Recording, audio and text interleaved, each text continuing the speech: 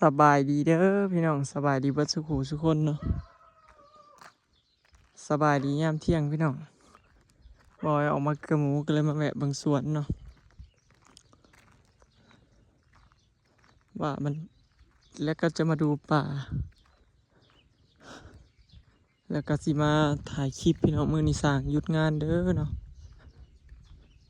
หยุดงานสั่งเท้าไปหาหมอเนาะเมื่อวานอีกอะเพิ่นใส่เส้นเนาะไหมเส้นบ่พอไหมเส้นนี่ขาดอีกหลายตัวเติบเนาะ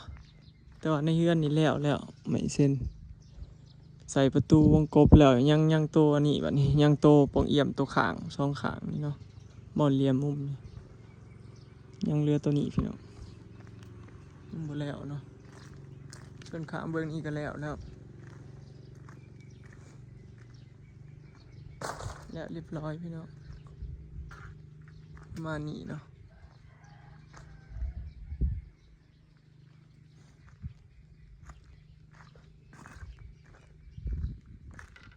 แล้วข้างเบิ่งนี่ก็บ้านสวนบอยข้างนี้หลายคน LFC เพิ่นแม่นว่าคือบอยคือบ่ใส่ปองเอี่ยมหนึ่งพี่น้องงบหลายเนาะใส่ปองเอี่ยมนี่ก็ใส่งบหลายสองมาก็เลยบ่ใส่ซะเนาะเพราะห้องนี้มันเป็นห้องรับแขกเนี่ยหลายคนว่าอยากให้ใส่แล้วก็ให้มันแนมมันพักหลังแล้วมาไขประตูเอี่ยมมันสิได้เห็นบ้านสวนเนาะแม่นอยู่พี่น้องแต่ว่าเฮาบ่มีงบเฮ็ดเด้ใส่ประตูหลายบานแล้วก็ใส่ทุนหลายเนาะบานกระจกกับบาน 3-4 พันกระจกอลูมิเนียมก็เลยบ่ใส่เนาะคันเวลาอยากเบิ่งงั้นก็เฮามีเกยอยู่แล้วเด้คันออกมานั่งพี่ก็นั่งเบิ่งนะเวลาอยากเบิ่งบ้านสวนก็ไขประตูปองเอี่ยมตัวนี้เนาะออกมาส่องนี่ก็ได้เนาะประมาณนี้พี่น้องแสงยุดมื้อนี้คือสิได้หยุดเลยล่ะเนาะเดี๋ยวบอยสิมาอธิบายในคลิปเนาะมี FC หลายคนถามก็มาออยมาหลายเนาะแต่บอยบ่ได้ตอบก็เลยได้สิมาตอบในคลิปนี้เนาะอันนี้ก็เมื่อวานนี้เฮ็ดกับสลอยเป็นสิปลูกอันมักถั่วอันนี้ปลูกมักถั่วพี่น้องอันนี้มักบวบเพิ่นอันนี้นะบ่มักบวบเฮ็ดแล้วล่ะเพิ่นปลูกแล้วได้มักบวบกะปลูกเรียบร้อยพี่น้องน้ำคลองบ่อยก็บ่ได้เป่งเนาะเพราะว่าย่านฝนตกมาแล้วยามมันหล่นปลาออกเบิดก็เลยว่าน้ำบกลงจักหน่อยสิเป่งใส่เนาะเป่งใส่กับเป่งเต็มบอกยามมันหล่นปลาก็ยังบ่หลายเนาะสุดท้ายก็ยังเดือแต่ปลาเข็งอ่ะตะเพียนก็ยังบ่หลายเอาปีกกินมื้อน่ะค่ะ6โตนปลามันออกเบิดละประมาณนี้เนาะคลองบอยก็เครื่องปลูกเครื่องฟางก็หลายเลยล่ะพ่อเลยล่ะพ่อชอบปลูกละประมาณนี้เนาะ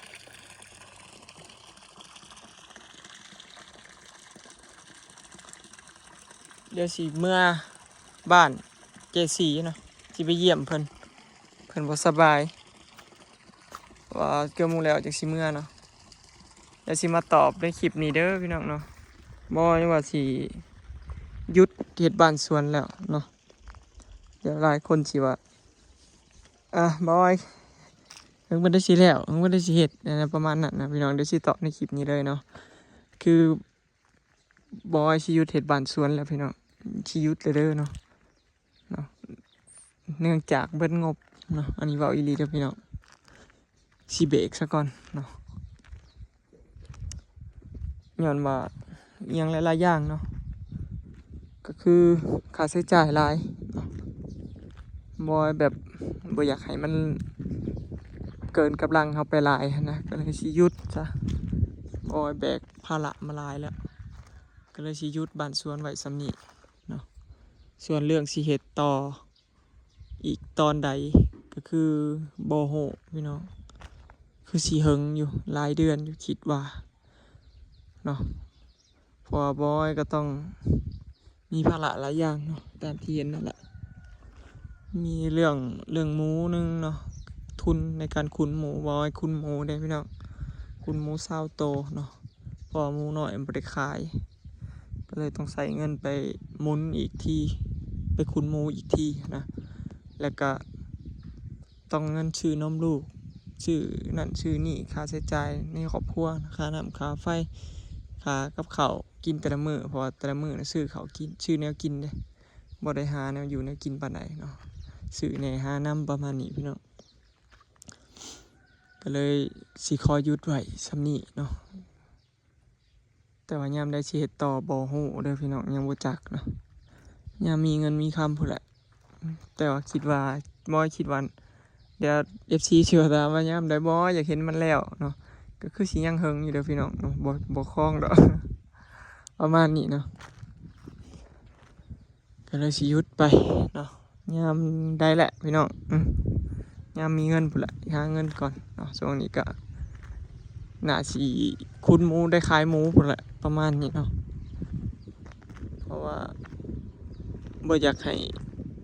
ลอยลอนะเพราะว่าอยากเอาเงินไปขุนหมูนี่พี่น้องพอเฮ็ดไปเฮ็ดมาเลยมันใส่งบหลายเด้เบิดเงินหลายหมื่นเลยตอนนี้นะแค่เฮามีปูแป้นแค่เฮาปูแป้นใส่อันนี้นะเบิดหลายหมื่นเลยเด้กับมุงหลังคานี่ซื้อนั่นซื้อนี่นี่พี่น้องร้อยเบิดหลายเลยเด้รวมลงทุนเฮ็ดบ้านสวนนี่เบิดเงิน100,000 กว่าแล้วยังบ่แล้วยังอีกหลายอย่างเลยเนาะคันเอาบ่สิเฮ็ดเกยเฮ็ดหยังเฮ็ดไปทีละหน่อยพอดีมันกระเทินนะพี่น้องคันเอาเฮ็ดไปเล็กๆน้อยๆก็พอดีแบบพอดียากนะก็เลยสิหยุดเลยซะเนาะบ้านสวนก็คือสิหยุดไว้ซ้ำนี้เด้อพี่น้องเนาะหลายคนว่าอยากเห็นบ้านสวนแล้วเนาะติดตามมาโดนอยากเห็นบ้านสวนบ่อ้อยเนาะอยากหลายคนก็เบิ่งคลิปซอยบ่อยากได้ให้ได้เงินนั่นเฮ็ดเฮือนเฮ็ดบ้านสวนนะพี่น้องนะจังได๋ก็ขอบคุณขอบใจ FC ผู้สุขุทุกคนเด้อเนาะที่เป็นกำลังใจให้บ่อยมาตลอดแล้วก็ที่ซอยเบิ่งคลิปให้มาตลอดจนบ่อยพอมีเงินเฮ็ดเฮือนเฮ็ดซ่านเนาะจังได๋ก็ขอบคุณ FC ผู้สุขุทุกคนเนาะแล้วก็สิจังได๋ก็ฝากเป็นกำลังใจให้บ่อยต่อไปเด้อพี่น้องเนาะบ่อยก็สิพยายามแบบสู้หั่นล่ะและอีกอย่างหนึ่งก็บ่อยก็แบบเมื่อยเลยท้อแล้วเนาะเมื่อยเลยหลายอย่างก็เลยว่าสิหยุดไปซะก่อนเนาะตั้งหลักใหม่ก่อนเนาะเมื่อยแล้วบ่ได้เมื่อยแต่เรื่องเงินอย่างเดียวเด้เมื่อยเรื่องการเฮ็ดแน่เนาะถึกช่วงแบบคาท้อน้อยๆนึงเนาะก็เลยสิหยุดไปเนาะแล้วก็มี FC เพิ่นผู้หนึ่งเพิ่นเม้นมาว่าบอยเฮ็ดไปโลดบอยมี FC คอยซอยเหลืออยู่บ่มีบ่ได้มี FC แบบสนับสนุนบ่เด้อพี่น้องเนาะเดี๋ยวบอยสิมาตอบให้เลยคลิปนี้เนาะบอยบ่ได้มี FC ที่ซัพพอร์ตและก็บ่ได้มี FC ที่ซอยเฮ็ดเฮือนจักเทื่อตั้งแต่เฮ็ดเฮือนมาหลังในบ้านและก็หลังนี้เนาะพี่น้องอันนี้บ่ได้เว้าแบบว่าให้ FC มาซอยเด้อพี่น้องไอ้ข้อเว้าให้ฟังเนาะประมาณนี้พี่น้องหลายคนสงสัยแล้วก็มีหลายคนที่แบบเว้าว่าบอยมีเงินเฮ็ดเฮือนเฮ็ดซ่านแต่มี FC เฮ็ดให้แน่นอนอิหยังประมาณนั้นนะอยากบอกว่าเงินทุกบาททุกสตางค์นะคือบอยกับสลอยหามานำกัน 100% เนาะคือเงินเราเบิดทุกบาททุกสตางค์นะบ่ได้มีคนแบบยืนเงินมาซอยจักบาทเลยเด้พี่น้องอันนี้คือเงินของบอยสลอยเฮ็ดเบิดทุกบาททุกสตางค์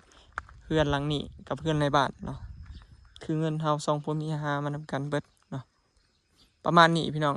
FC เป็นถามมาหลายเทื่อแล้วแหละบ่ถามบอยว่ามีคนซัพพอร์ตบ่ตอบให้เลยเนาะพี่น้องคลิปนี้บ่มีเด้อพี่น้องคือน้ำผักน้ำแรงบอยล้วนๆกับสลอยล้วนๆเนาะ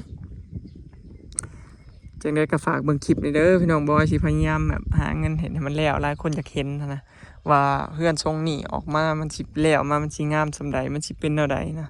เขาเจ้าเห็นแต่โครงห่างแล้วคือสิงามอยู่ประมาณนี้แต่ว่าพอก็เลยหยุดซะบอยเมื่อยแหละเนาะ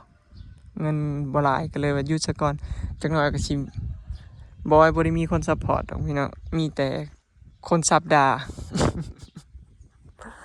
เนาะเฮาบ่ได้เป็นคนแบบเด่นคนดังปานนั้นพี่น้องคนที่สิมาหักแพงเฮาหลายปานนั้นเฮาบ่สำหรับตัวบอยมีแต่คนสั่งส่วนหลายนะ คนสั่งกับคนด่าเบิดสำนี้แหละชีวิตข่อยนะบ่ได้มีหยังดอก มีแต่คนด่ากับคนสั่งเนาะเดี๋ยวจังหน่อยหยุดเทือนหลังนี่ก็สิมาเม่นอีกแล้วบัดนี้ว่าสิมาด่าเฮาอีกแล้วว่าโอ้ยเฮ็ดโตคือรวยเฮ็ดเทือนสองหลังพร้อมกันผัดว่าเคยได้พี่น้องมีคนเว้าใช่บ่เฮ็ดเทือนสองหลังพร้อมกันทำตัวเหมือนรวยโชว์เหมือนรวยเหมือนมีปัญญาอย่างประมาณนั้นเอามีได้พี่น้องอันนี้บ่ก็ยอมรับเด้ว่าเฮาบ่ได้รวยแต่ว่าบอยก็พยายามสู้นะดิ้นรนเพื่อให้ครอบครัวสบายและเพื่อให้หลังนี้แล้วนะแต่บอยก็บ่ได้เดือดร้อนเนาะคือบอยเว้าและบอยสิบ่ให้เจ้าของเดือดร้อนคือคันมือหนึ่งเฮ็ดเทือนมาเนี่ยบ่มีเงินบอยก็สิหยุดคือบอยเว้าในคลิปนั่นแหละสิบ่เป็นคนแบบดื้อรั้นเฮ็ดให้จนเจ้าของแบบจนบ่มีเงินจักบาทนะมีแต่สิคือแบบนี้แหละเงินเฮ็ดไปเฮ็ดมาแล้วมันเกินงบไปหลายมันเบิดงบบอยก็สิหยุดจังซี่นะพี่น้องได้เงินจังสิเฮ็ดใหม่เนาะประมาณนี้เนาะพี่น้องแต่ว่าเรื่องสิเฮ็ดใหม่ยามใดนี่ยังบ่ฮู้เด้อพี่น้องก็คือสิยาวเติบอยู่เนาะคือสิเฮิงอยู่เพราะว่าภาระหลายต้องเอาเงินไปคุณหมู่เบิดว่าไงซะพี่น้องต้องเงินคุณหมู่ต้องเงินซื้อนมซื้อนั่นซื้อนี่ให้ลูกหั่นล่ะเนาะหลักๆคือลูกเนาะทุกอิหยังเบิดก็เบิดไปได้เงินเบิดก็เบิดได้ยกเว้นแต่นมกับแพมเพิร์สเท่านั้นชีวิตข่อยน่ะมีส่ำนี้แหละบ่ได้เคยห่วงหยังเนาะมีแต่นมกับแพมเพิร์สเท่านั้นหามเบิด ของอลิศหน่อยเนาะสิพยายามสู้ต่อไปพี่น้องเนาะเดี๋ยวสิว่าได้ก็คอยอัปเดตไปเรื่อยๆเนาะพี่น้องแต่ว่าคือสิหยุดไว้ส่ำนี้ละเนาะบ้านสวนของบอยได้มีเงินก็สิคอยต่อเติมเฮ็ดไปเรื่อยๆเนาะจนกว่ามันสิแล้วเนาะแต่ว่าบ่ได้หยุดเลยดอกแต่ว่าบ่ฮู้ว่ายามใดเนาะก็คือสิหลายเดือนอยู่ก็คือสิเฮิงอยู่ดอกพี่น้องเนาะบ่ก็เลยสิมาลงคลิปบอกว่าญาติ FC คล้องนะว่าเป็นหยังบอยอยู่ดีๆคือหยุดไปจังซี่นะจังหน่อยสิว่าหยุดไปเลยจังซี่นะอยู่ดีก็แบบเบรกไปเลยจะเป็นย้อนหยังเดี๋ยวหลายคนสิสงสัยนะพี่น้องประมาณนี้เนาะคือสิหยุดไปก่อน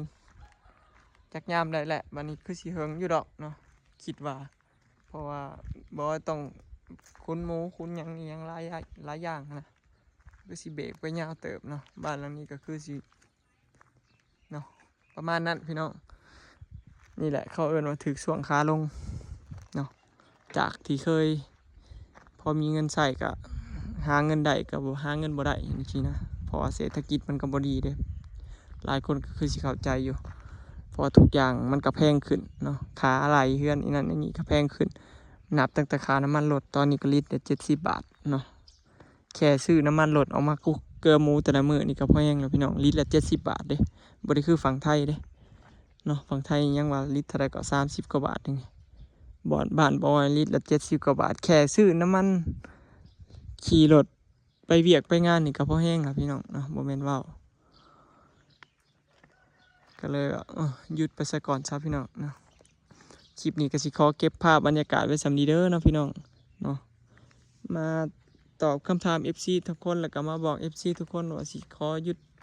บ้านสวนไว้สำนี้เนาะพี่น้องเดี๋ยวมื้อหน้าเดี๋ยว FC สิถามว่าเป็นหยังบ่คือหยุดไปเลย เนาะประมาณนี้พี่น้องเนาะมาอธิบายให้ฟังเนาะกับห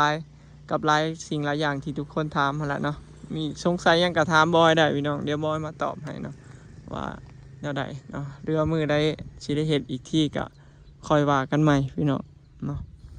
เรือบอยได้เห็ดมือใดกับมือนั่นแหละ ก็คือสิยังเหิงอยู่เนาะคลิปนี้ก็สิจบไว้สำนี้เด้อเนาะพี่น้องเดี๋ยวสิไปเยี่ยมเจสีก่อนเนาะเราบ่สบายหลายมือแล้วล่ะเอามาลาไปเยี่ยมมือน่ะก็ถามข่าวนะเอามาลาและพอดีมือนี้ว่างพี่น้องบ่ได้เฮ็ดเฮือนเนาะ